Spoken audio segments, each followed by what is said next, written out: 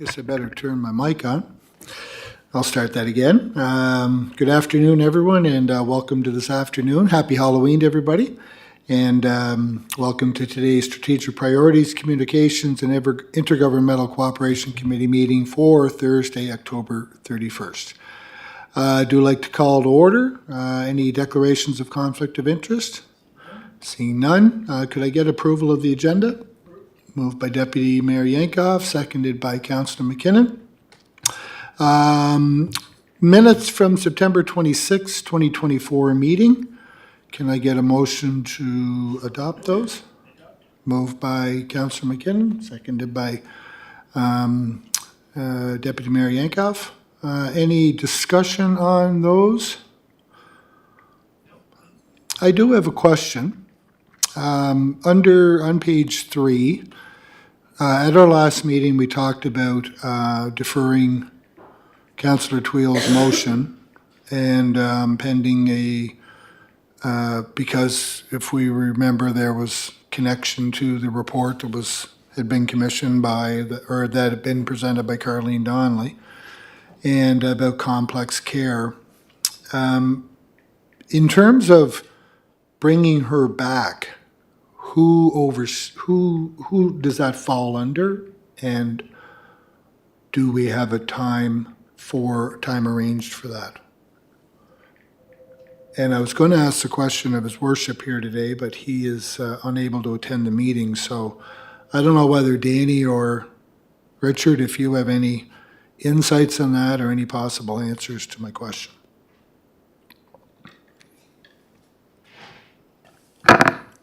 Just that we can look into it to see about her availability and ability to come back to council. Okay. Could you, would that fall under you, Rich? It will now. Okay, thank you. Lovely. Any other points? No, all good. All right, so our first item of business today is the notice of motion process. And Danny, are you kind of taking this one, or Richard? Or? Yeah, I can certainly take a chair. Thank you. So this was prepared by Chantal and in discussion with Eleanor. So in her absence, certainly happy to talk about it. But I think there has been some lack of clarity in terms of when a notice of motion happens and how it filters through the process to become a matter that is either dealt with at council or not. So there is provision in the procedural bylaw for a notice of motion, and it's fairly well spelled out there. But the thought was that it perhaps would be helpful to have a form to accompany any council or member of council who wish to bring a notice of motion, which kind of ask them to walk through what is the issue, who would be the logical standing committee to consider the subject before bringing it to council, and a timeline in terms of when that consideration at council would happen. So that's what's been proposed here. Just kind of a guiding document to facilitate the notice of motion process, which is already provided for in our procedural bylaw, but just to bring some clarity to the fact that the notice of motions, I think, can be made at a meeting of council, and then they would be, once they went to the recommended subcommittee for consideration and recommendation, then they would come to the next regular meeting of council. Happy to answer any questions. Okay. I'll open up to Councillor McKinnon. You have your light on there. Thank you, Chair. Just, I guess, clarification from my point. 41.1 states that it has to be brought up at a regular meeting of council. And then, Dan, you just mentioned that it can be brought up at a meeting of council. Does that need to be clarified? Can it be at, like, our special meeting of council or only once a month? Currently, the way the procedural bylaw is written and the way we've defined our regular meetings of council, the regular meeting is only that first, the second Tuesday of the month. And the fourth Tuesday of the month is a special meeting of council. So we could certainly amend the procedural bylaw to permit notice of motions to come to any meeting of council, which would also include committees of council. But this is a little more directed, keeps a bit of structure in terms of when they can be brought forward. Gives a little bit of lead time too in terms of when, gives an opportunity for the member wanting to bring the notice of motion to do a bit of research to articulate the issue, give some thought as to how the member council would like it to proceed through committee and then come back to council. So, there would be pros and cons to opening it up to other meetings, but currently the way it's written, it would be restricted to that the second Tuesday of each month. I like the form that's included in the package here of what to be filled out. So a council member wants to bring an item forward, but personally, I would like to see it that it's opened up that at a meeting of council, that we would have the opportunity to bring a motion forward. It just, instead of having to, if something pops up right the day after a council meeting, we have to wait a full month to get something on the agenda or on the plate. So personally, I would like to see it amended so that it's put in, but whatever the consensus would be. Thank you for that, Councillor. I think it would, there would be advantages to opening it up. One concern I would foresee is just having staff having the opportunity to provide some research, to do some research and provide a report with respect to the notice of motion. So quite often I think, council would look to staff to provide context and information about the issue. If, for example, a notice of motion was brought to a finance committee, which is typically, just before the first meeting of the month of council, there wouldn't probably be adequate time to do any kind of due diligence in terms of turning it around for the next meeting of council. So maybe there would be kind of a built-in time for response from, the date of the notice of motion coming to the meeting of council. And that the administration would bring a report with respect to that to the next subcommittee, standing committee meeting, and then to the next regularly scheduled meeting of council or something, just to provide a little bit of a time lag so that the research and information could come back in a meaningful way. Yeah, no, I appreciate the explanation on that, but I think when a notice of motion is brought forward by a councillor, which I brought one myself 4 months ago, still hasn't been addressed. So I don't think any councillors that bring a notice of motion is expecting to have it dealt with, the reports, the research and everything done immediately.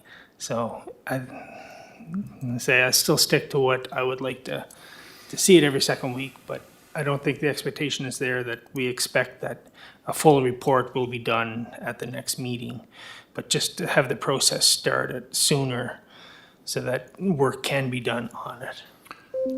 That's all I got. Thanks. I think this is just bringing forward. So this is just the avenue for bringing forward.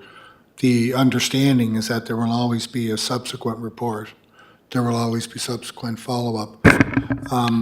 Depending on what it is. I know in your notice of motion, it's kind of being tied up in another bylaw, because we're in that process of bylaw amendments, and it's kind of being stalled with that and kind of looped in with that sort of thing in terms of our community standards bylaw and all that sort of thing. So there is a lag with that, acknowledged for sure. I do agree with Councillor McKinnon. I think the once a month is a little bit long, but we can look at that, because one of the items we're going to be updating here is the procedural bylaw. Yep. And so I think we can recommend that at that particular time. Sure. Sound good? Yeah, absolutely. I do have a question. I do like the box. I do like the rationale, the submission form. If you take, I'm going to use an example of the recent motion that we had, which we debated at our last strategic priorities meeting, in which we ended up spending an hour discussing, only to come at the end that the request is really out of our zone. It's out of our lane. And that's with regards to the treatment facility and Councillor Tweel's motion. So I guess because a notice of motion comes forth does not necessarily mean, in my mind, I don't think it means that it should necessarily be addressed. And I think we have to find out, I think we have to determine, does this fall under our purview? And, I guess really, I think the submission form would be good in the sense that it goes to Eleanor as the CAO first.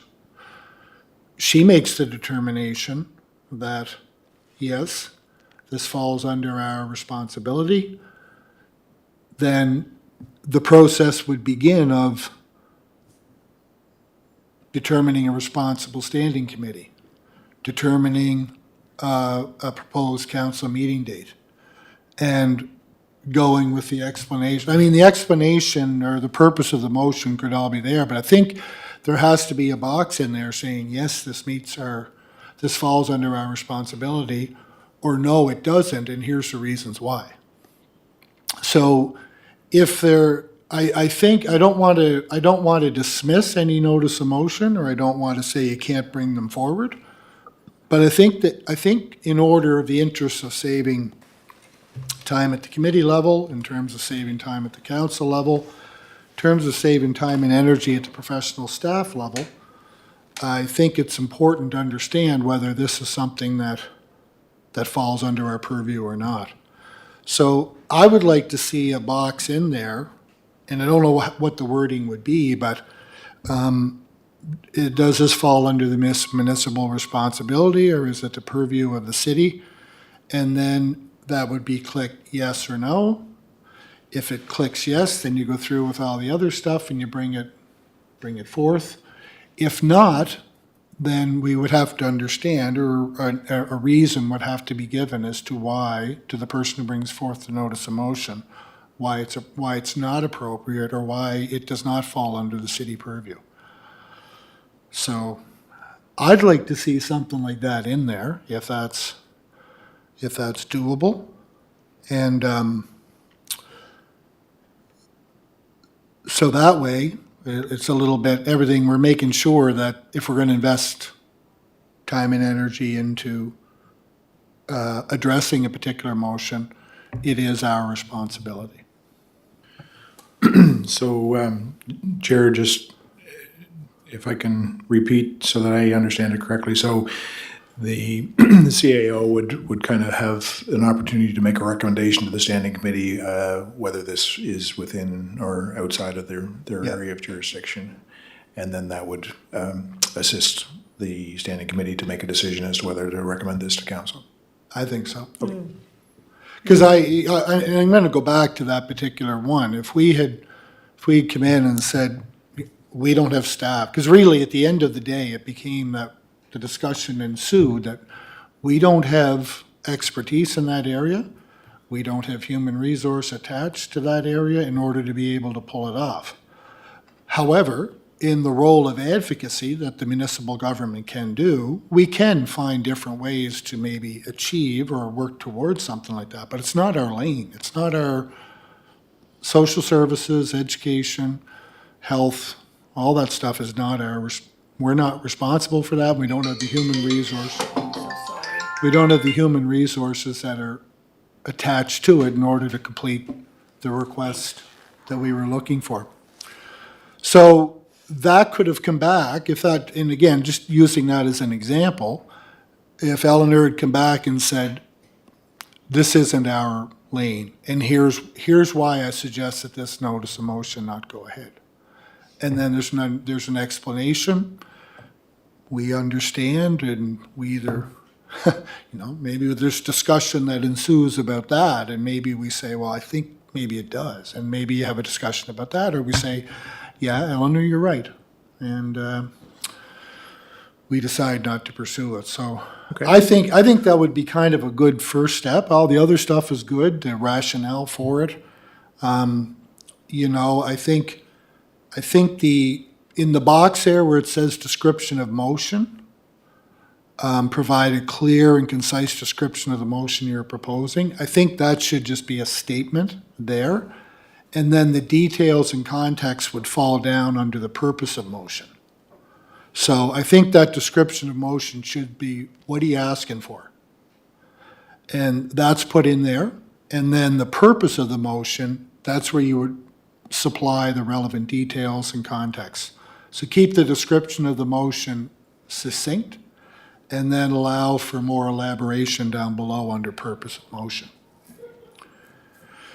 And then you could, so I like the context of this. I think we just have to rejig it a little bit and maybe insert another part and see if we can do that. Rich? Yeah, just like to add a little piece to it, that we added the section on choosing the responsible standing committee to help direct the motions, Yeah. to help them to recognize what might be relevant for the city and not. So kind of, if you did see that, okay, that would fall under public works or water and sewer, kind of helping some of that thought process, but certainly appreciated. But that was something that we considered too, and why we added, okay, let's have them try and select the responsible committee to try and have an understanding of where that would fit within the municipal context. Yeah, and I appreciate that. I think even at that, there would still be the, someone say, well, that should fall under. Well, no, it doesn't. Do you know what I mean? Like, I think there has to be a determination made that this is a legitimate notice of motion.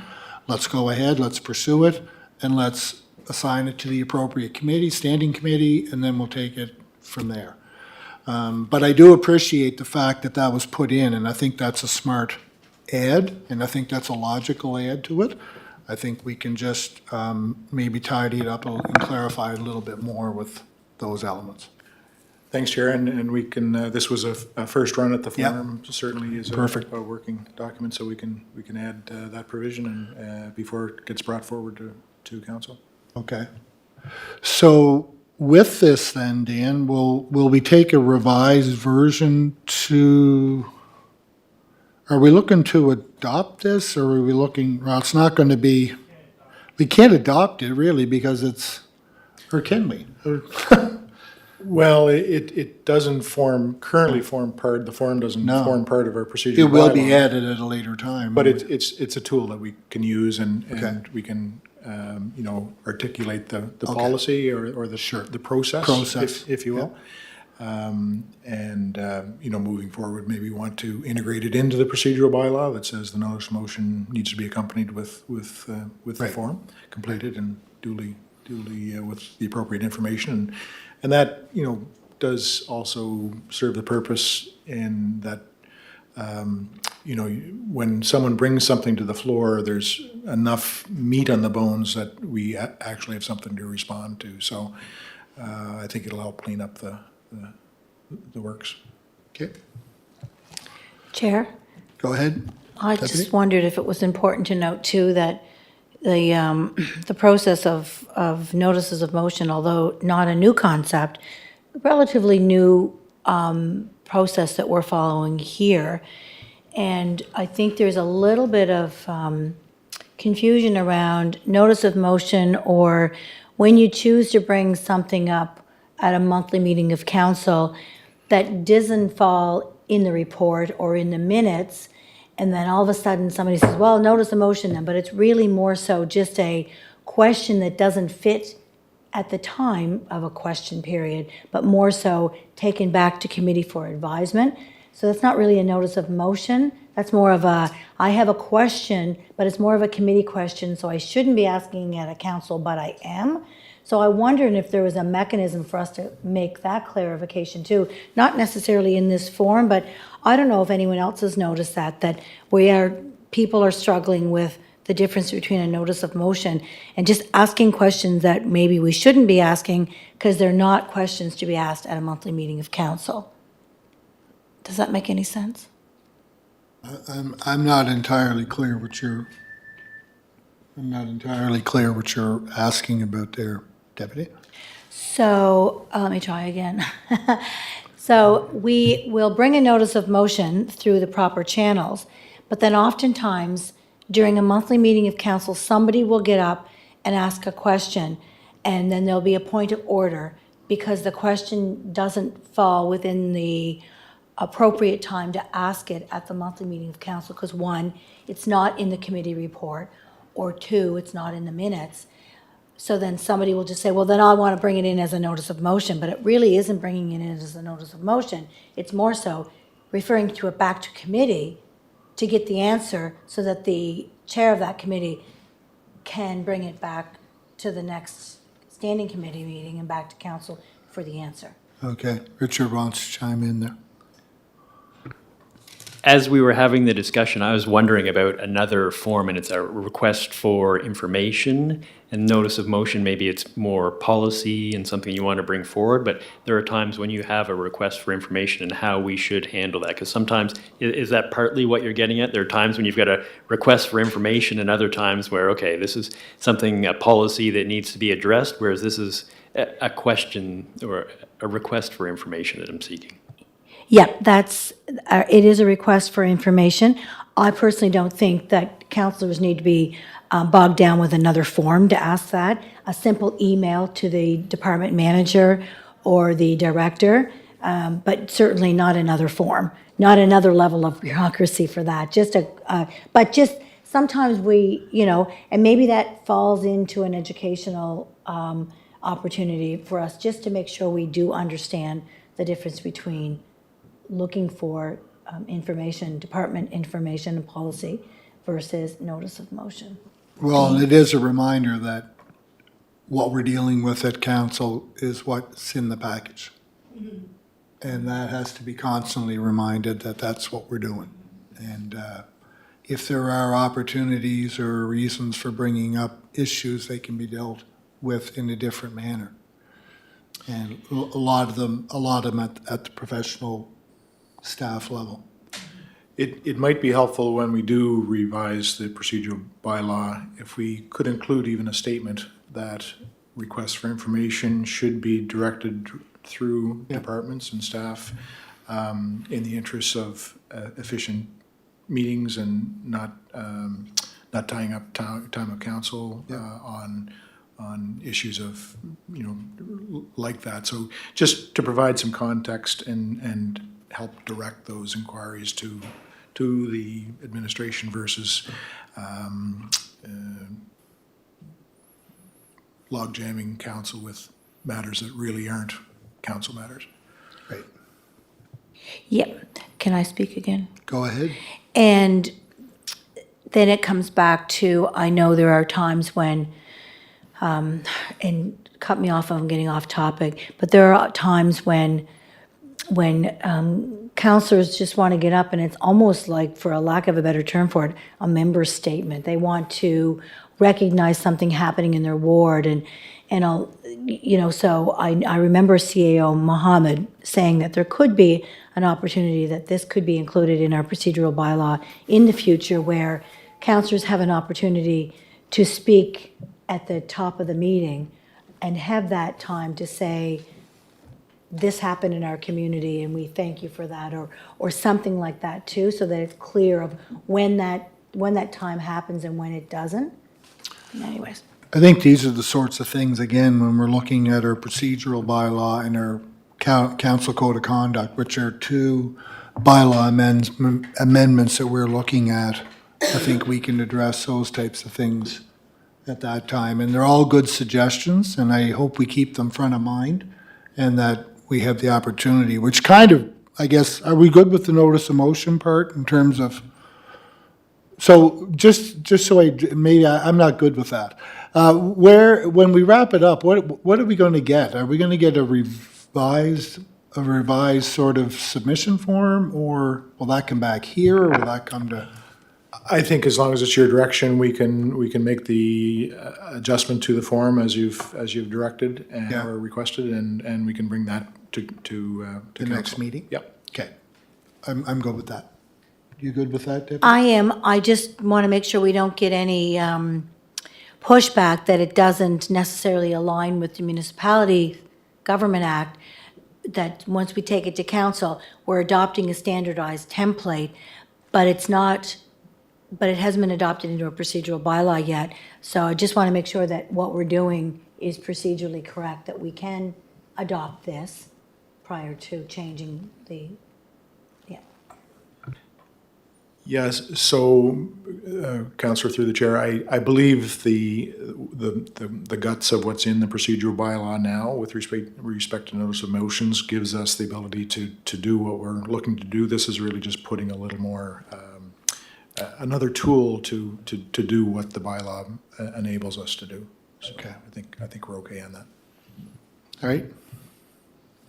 Okay, well, that's great. So the Mr. next Chair. item is. Mr. Chair. Go ahead, Chair, sorry, or Councillor McKinnon. Just in regards to what Deputy Mayor brought up with, sorry, the, and I lost my train of thought there because we kept going on with 3 different topics. But when Richard said of another forum, I totally support, like, we don't need another forum for requests for information. But, and I know there'd be a lot of discussion around this, but is it something that can be added at, not the top of the agenda, but at the bottom of the agenda, a strict 15-minute question period or request of information where councillors can get up and inquire? Might not be in the package, but we can ask specific questions to a chair of a committee. Give us 15 minutes at the end of the meeting, because otherwise we got to bring it to a council committee. Is that something that can be done? Or any interest in that? Well, again, I think we're looking at changes to our procedural bylaw in that instance. So we're going to be looking at updating our bylaws. We have 2 bylaws that fall under our committee here. And I think if we want to propose those, I think we propose them as part of the new procedural bylaw amendments. So I think there's not entertain it here now, but I think we look at that as we're updating or potentially look at it as we're updating our bylaws, along with whatever other recommendations we want to put in and update it to bring it into 2024 and the future. Dan, did you have something? Just a thought on your suggestion there, Councillor McKinnon. I think in the first instance, a request to administration for information is always best, but I suspect you're thinking more about situations where you've made a request and just aren't getting the information that you're looking for. In which case there may be a more formalized request which might include a form that you could kind of trigger and require a response within a period of time. Certainly it does create bureaucracy, but on the other hand, it might create accountability in terms of requiring a response within a certain period of time. So as Chair mentions, it might be something we want to debate as we look at the procedural bylaw. All right, Yeah, no, Trevor, go ahead. I'll wait till you get in procedural bylaw. Okay. All right, so, So we did move and second that last recommendation to move on to council. And we accepted staff's recommendation, didn't we? We did that, so didn't what we? we're going, so if I understand it, they're going to update it based on the feedback we gave them here today. They're going to bring a revised submission form to the next council meeting, and then all of council will have the opportunity to look at it at that time Okay.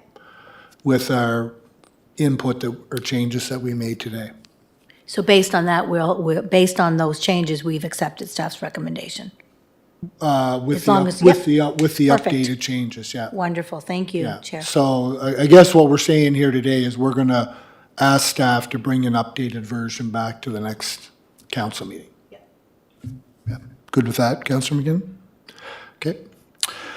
All right, so the next one is our bylaw priorities, and the following 2 priority bylaws fall under our committee: the procedural bylaw and the council code of conduct. So as we've as was agreed upon at the last council meeting, our bylaws are going to be updated over the next 12 months. These two fall under our committee. And I think for today, I think what is important for us to understand is which one are we going to tackle first? And, or are they done simultaneously, or who's responsible for it? Personally, I'd like to understand what the process is for these amendments. What are the timelines? Who's kind of overseeing them? Who's going to be taken on? Like, I know we've hired a strategic initiative officer who's going to be starting on Monday. And under their job description, there's going to be the responsibility for looking at the bylaws. That's one of the tasks that was outlined in there as well, too. So maybe I think I'd like to understand a little bit more on the process of this. It's fine that we've identified them. Now, how does the work get done? Who's overseeing that, and what are the kind of timelines around that? That's sort of information I'd like to see here today. And maybe Dan or Richard, you would, if one of you could kind of hop in on that, or so we can better understand that. And I'll open the floor after to Councillor McKinnon and Deputy Mayor Yankov if you have any questions. Thanks, Chair. We don't have a hard and fast process in terms of how bylaws get revised, reviewed, and updated, but I think establishing the priorities is probably a good first step in kind of narrowing into a more structured process as to how these things happen.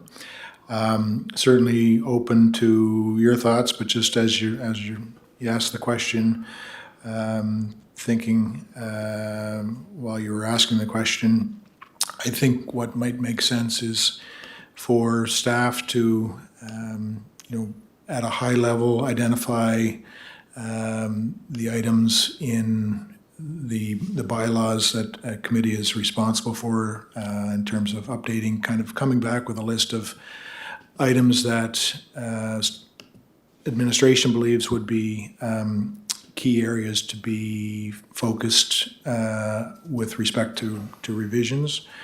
Kind of getting the blessing of the committee to say, yes, those are all the things that we think need to be changed, and then handing that back to staff to say, okay, now we'll go and try to develop the wording to facilitate those changes. And then once the draft is finished, then it would go back to committee and then on to council for a new bylaw adoption or an amendment to the bylaw. So just in general terms, that's how we would see it unfolding.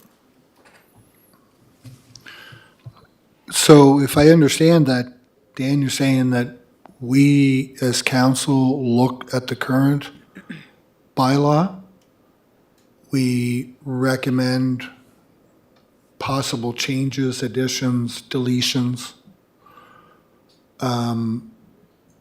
Those recommendations that come from us go into a central point of contact, and then that feedback kind of comes back, and then an updated bylaw would come back for first draft, public consumption, come back to the committee level to kind of look at based on the feedback that's come in. Because really, everyone has to look at this.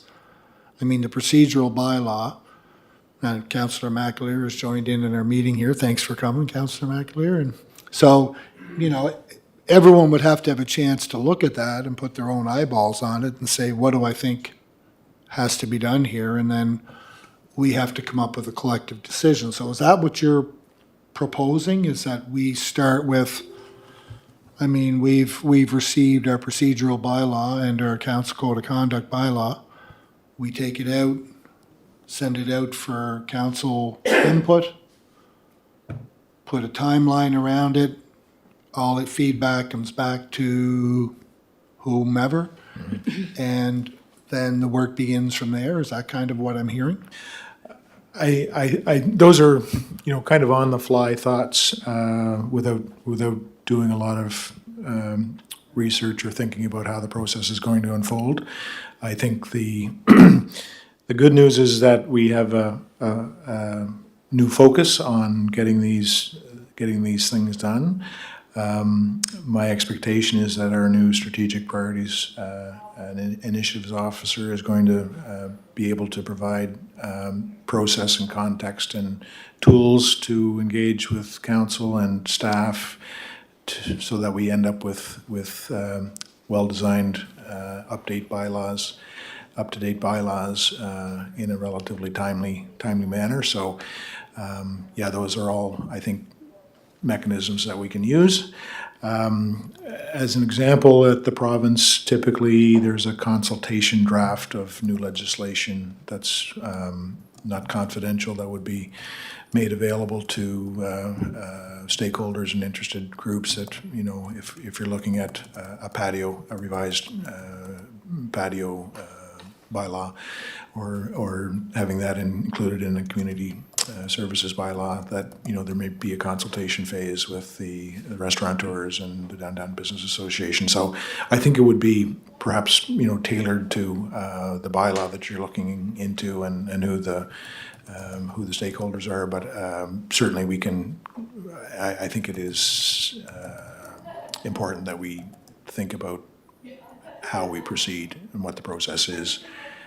Over the next 12 months, we have a long list. I mean, it doesn't seem like a lot, 10 bylaws, but when it comes down to the hard work of doing the consultation and putting the wording to these things, it's going to be a project that needs to be managed. So having a good, clear process will help. So we'll take that back and try to come back with some more suggestions in terms, more specific suggestions in terms of how we roll it out. Okay, because my fear is that we, in the busyness of administrative world, this will get stalled, and we'll get, 12 months is not a long time. If we're looking at addressing, and we have a new person coming on who's going to be working in that. So I think the quicker that we understand how are we tackling this, it's one thing that we've identified what bylaws we want prioritized, but if we're going to be looking at 10 over the course of this year, I think we have to have a common understanding in terms of what's the best way to attack that. And personally, and I'll just be speaking personally here, I think ultimately at the end of the day, we're making the decisions on whether they go ahead or not. I think a good starting point is with us first, and in terms of looking at what do we have, what do we possibly want to change, and then kind of throwing it back to from a professional set of eyes on it, and then continue the dialogue from there. But I, personally speaking, I think the starting point should be our lens and looking at it, because ultimately we're the ones that are going to be saying yea or nay to what the bylaw is, but don't want to ignore professional staff's input and try to make it as comprehensive as we can. But I think we all need a starting point, and we all need to know what the kind of path is, so that finance, whatever bylaw, say finance is tackling a bylaw, they know what to do.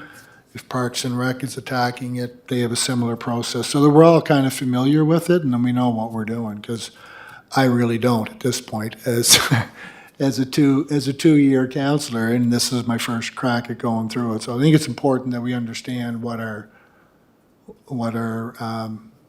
pathway will be for this. And I'll take a turn when you're done. What? I'll take a turn when you're done. I have a question when you're done. Yeah, you go ahead. I'm done. So thank you for that, Chair. And I think it's important to note that the process and the procedures, the way we do things, is we have standing committees. We don't do a committee of a whole. So I think, as the Chair said, it is really important that it begin at the committee level, because that's our job, is to do the committee work. And then we do the committee work, we give the recommendations to staff from what we've heard from our fellow councillors over the last little while about these bylaws, we do that work, we take it back to council. Council may then add to it, but I think as a committee, it is our work to do, to get it prepared for council.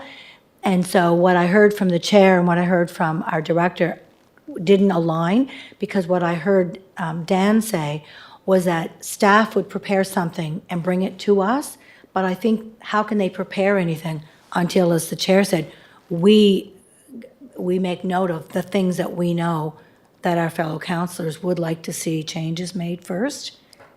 So I see it as, we have, if these are the two bylaws that have been identified as priority for this committee, then maybe the next committee meeting, we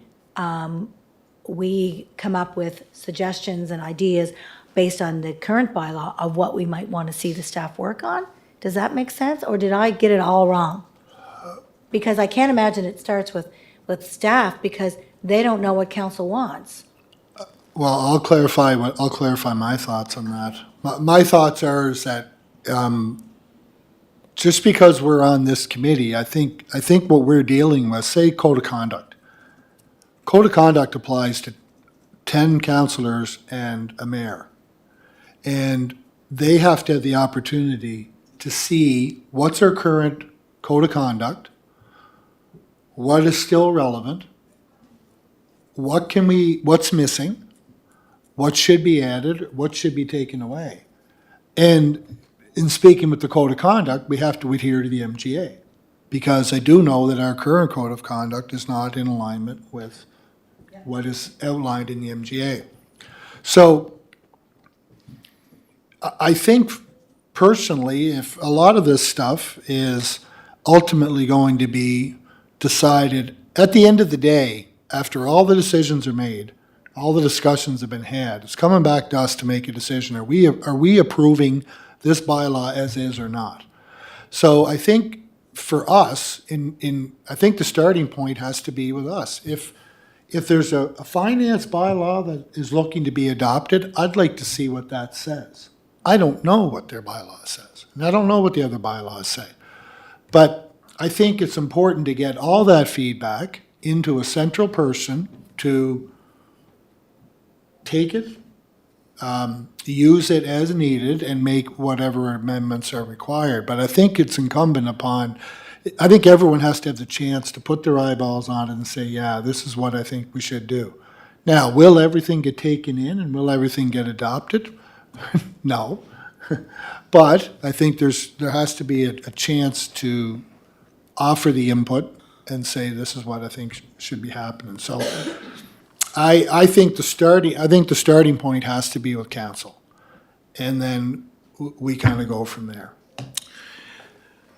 Thanks, Chair. I have some thoughts on that. Certainly, the driving force should be council. I see each of these bylaws as a project, if you will, that needs to be managed. And I think we have direction now in terms of which project we grab onto. And then we need to come up with a project plan in terms of how we execute that.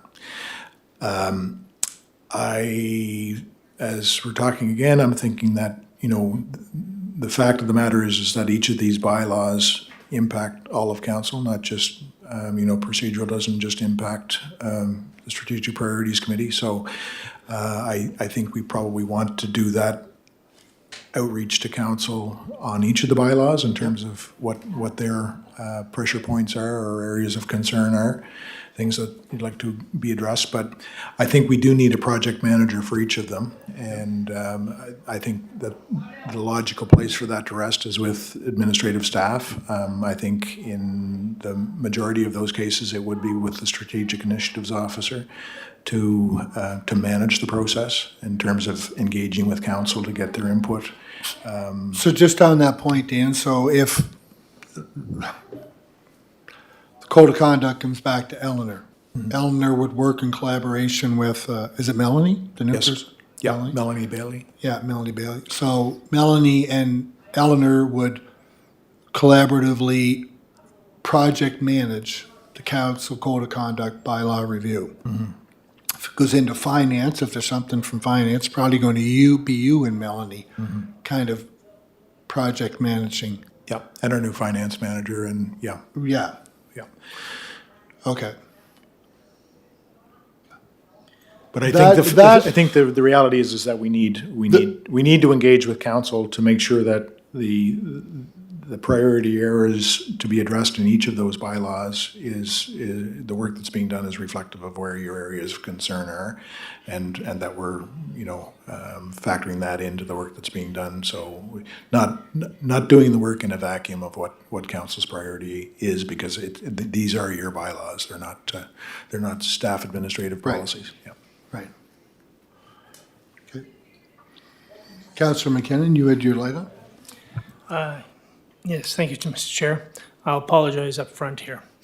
Bylaws, it seems that we're getting too in depth here for the bylaws, having a project manager for each bylaw and stuff. I've got a lot of enforcement background for over 20-some years. Bylaws are the easiest, quickest, and fastest things to change. We're not creating these bylaws, we're amending them and making some changes. We're not creating something new here. So to come in and make some changes, we gotta bring them to council for approval, but it sounds like we're almost setting ourselves up to failure. We only got 12 months to do this. I don't see how it's not that big. Acts and regulations take longer, but we usually can get them done within a month. Anyways, bylaws. The strategic priorities officer, is this a new position, or is this somebody that's was there and not here anymore? I'll answer that, Danny. It was a position that we used to have. The former person went out on mat leave, and then the position got filled, Oh, that was Curly. was, Curly, yeah. And now the position went to an Okay. open posting, Okay, and now as a permanent position, and it got filled, that person starting on November 4th. okay. No, I wasn't familiar with that title, so I thought it was somebody totally new coming in, so. Yeah. So they're gonna be tasked with working on the bylaws specifically, is that correct? Well, it was, in the job description that we sent out there, where can I find that? I had it up here somewhere. That is one of the job descriptions. I can't seem to find it here right now. No, that's fine, Yeah. that's fine. It's just- Anyway, that is one of the job descriptions of the positions, is to ensure bylaw conformity, or that they're up to standards. I can't remember the wording in it, but Dan, maybe you have it there? Yeah, so primary functions, first one is conducts regular review of bylaws and corporate policies to ensure consistency with best practice and applicable regulatory and requirements. So this won't be all that this position does, but we've been very clear through the competition and with the new staff member that this will be a primary focus for the first 12 months. So this will be, where they'll be deployed first and fastest. Chair? Go ahead, Deputy. Thanks. Can I just comment? Changes to bylaws, we're not reinventing the wheel. There's been staff doing that here long before my time, making changes based on council's direction.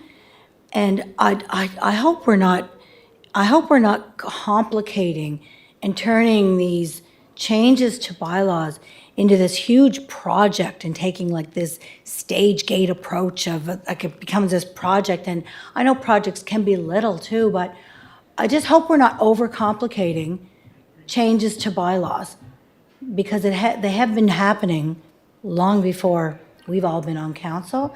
That's just my comment, and I just mean that generally. I'd hate to think that 12 months from now, well, now we need to hire a consultant because we weren't able to get this done. Like, I don't mean but they're existing bylaws. I know there's a couple that are new, that's very different, but anyhow, I don't mean to be speaking disrespectfully. I just mean this is not a new concept. There's been staff doing changes to bylaws all along. And I think I would agree that we're not looking at reinventing the wheels of all these, we have a code of conduct, we have a procedural bylaw. We've talked about things that we're looking to change in that. We've heard that here today. Councillor McKinnon mentioned something earlier. Can we put a 15-minute inquiry period or whatever it is? That requires a change to our procedural bylaw. So we have to look at what we currently have and say, does that fit and can we work it in? That's where we're at. We're not creating a brand new bylaw. We're looking at saying, here's what we got. What changes do we want to make to it? And that requires 10 sets of eyeballs and the mayor looking at it and saying, this is what I think we should be doing.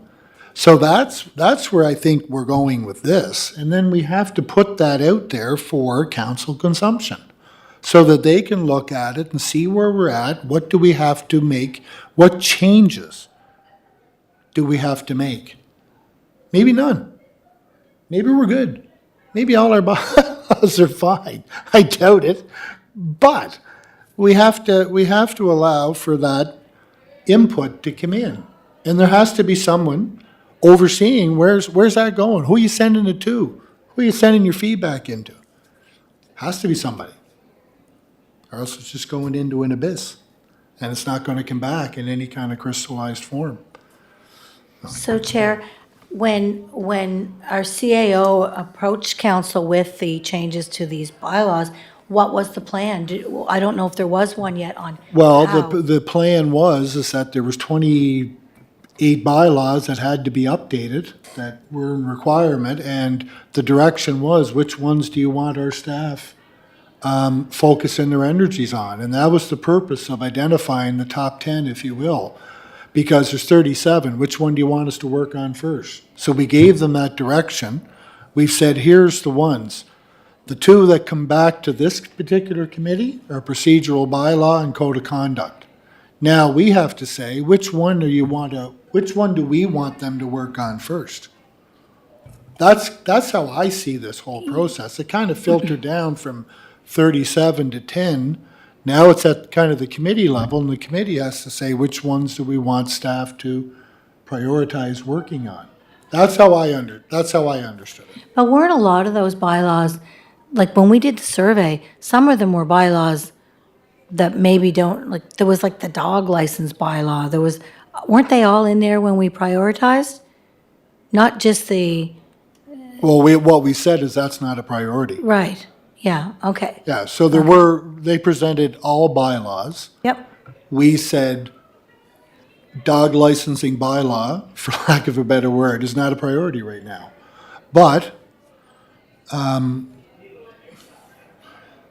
wherever it is, it's in our report, the dangerous, hazardous, and unsightly premises bylaw, the procurement bylaw, the council code of conduct bylaw, the procedural bylaw, zoning bylaw, all those things are the ones that we want addressed right now, within 12 months.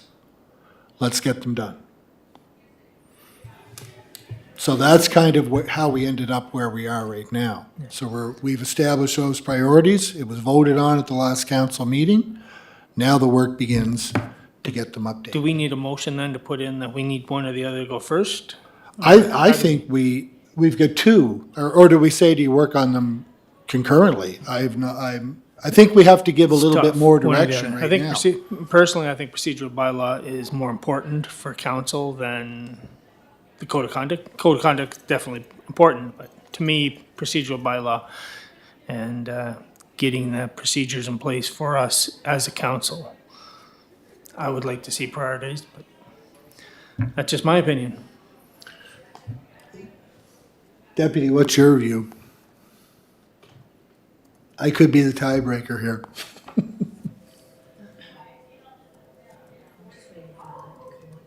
Be too many, it's okay. So, sure, if I'm here and I have to pick one or the other, I'd say procedural bylaw, but I'm just struggling with, staff have been making changes to bylaws. as requests have come in forever and a day, and I'm wondering, why can't they just be worked on concurrently? There might only be one change to code of conduct. And then all of a sudden we say, oh, no, we only focused on this, so this time in 12 months' time, everyone says, well, what happened to that one thing we wanted in code of conduct? Well, we have to wait, because we're not working on that one. So, I don't know. Do them both at the I same say time? do them both, because there might only be one or two things. We could bang this off, staff could bang this off, existing staff could bang this off in a month before that new person even gets trained. And I'm not saying the new person isn't going to be a rock star and awesome, but that could already be, we could send this out, these two existing bylaws to council and say, hey, looking to make a few changes, please provide feedback within, 3 weeks of what you might like to see a change in our procedural bylaw and council code of conduct. And there could be some, as the chair already pointed out, that procedurally don't align with the MGA. So those are a no-brainer. Those just have to be included. So those are things that just have to happen. And others just might be like Trevor's example, 15 minutes at the beginning of a council meeting where councilors can just say, hey, wondering about this and wondering about that. And then each manager takes them back. Maybe that's something that, anyways, that's kind of where I am. So I guess, long story short, concurrently. Okay. Concurrently is tough. I've been involved with this process for a while. Things can get confusing, especially if they're varying quite different bylaws.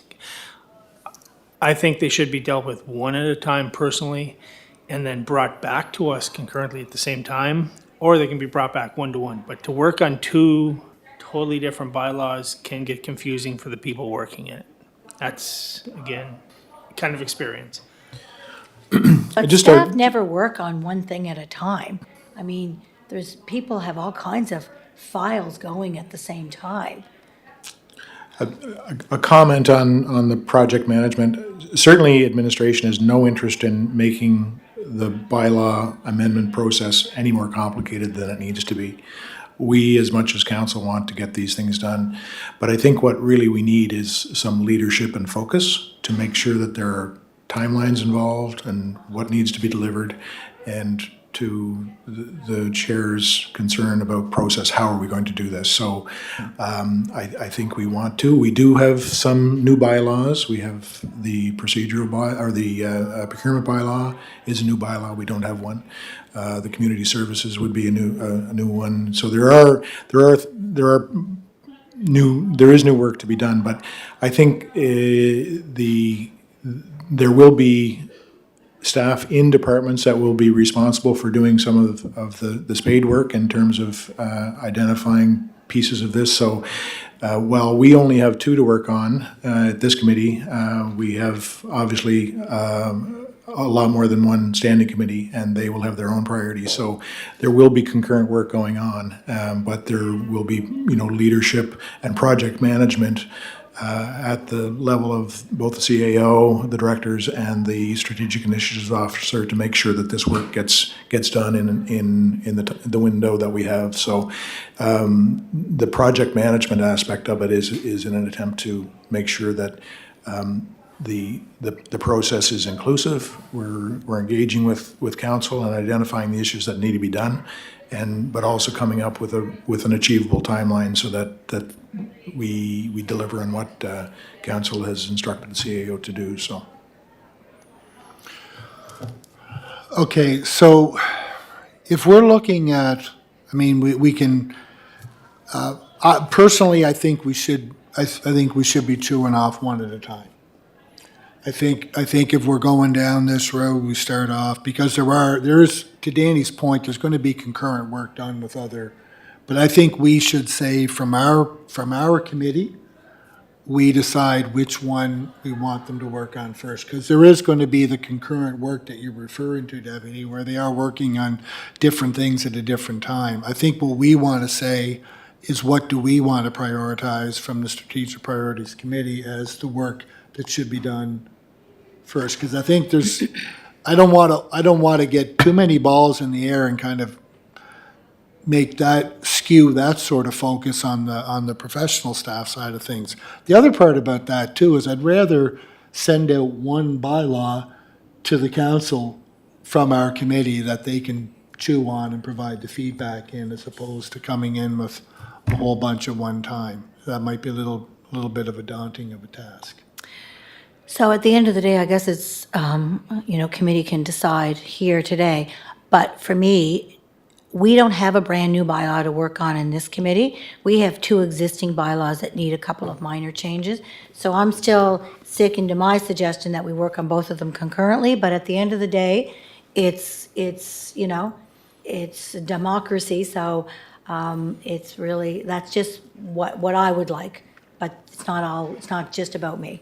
So just leave it there. And I think we'll leave it up to staff. If they want to work on it concurrently, if they have the talent and skills and ability to be able to do concurrently, let them go. It's not our decision to tell them. But as a which way committee, to we go. have to make a recommendation. I thought we just had to recommend which one we'd like prioritized. Well, that's kind of what we're stuck on here. You're saying prioritize procedural bylaw. Deputy's saying, I don't have a vote yet. So she's saying prioritize both at the same time, or do both at the same time. You have to Chair, break you the can break tie. the tie. Well, there you go. So I would say if we're looking at, I would say work on the procedural bylaw first, would be my vote. So, but all that being said, with regards to input from council, I guess there's 2 questions I have. Input from council, who does that go to? And secondly, what are the timelines around getting that input into the contact person? Good questions, and I think we'll address that. Melanie starts Monday. I expect this is a priority for Eleanor as well when she gets back on Monday. So leave it with us. We'll come back to maybe to council as a whole with an idea in terms of how we're going to roll it out, and we can get some feedback at that time. But I appreciate Councillor McKinnon's suggestion there that to some extent we have to allow staff to coordinate and manage this work in the most effective way. So there may be times when, although we want to focus on the procedural bylaw, that we may need to divert attention to procurement or one other thing. So it will be a big piece of work for administration to manage, but we feel it's every bit as important as council does. So a good plan is always and good process is always helpful. So you'll bring this up with the new strategic initiatives officer and then Eleanor, and come back with some kind of guideposts, if you will, for how we will get the information. What'll be the sort of the path forward, or a possible path forward for getting the information taken care of. Okay. You good with that, Deputy?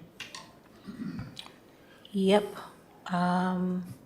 It's October 31st, so let's just hope this time next year we're looking back saying, hey, look at all that work we got done in 1 year. But yes, I'm fine with that, Chair, and great conversation. So sure, wasn't my wish, but that's the democracy. committee. Okay. Good? All right. New business. Got none. Seeing none? Motion to adjourn? Motion to adjourn? Moved by Councillor McKinnon, seconded by Deputy Mayor Yankoff. Thank you for coming and thank you for the discussion. Thank you.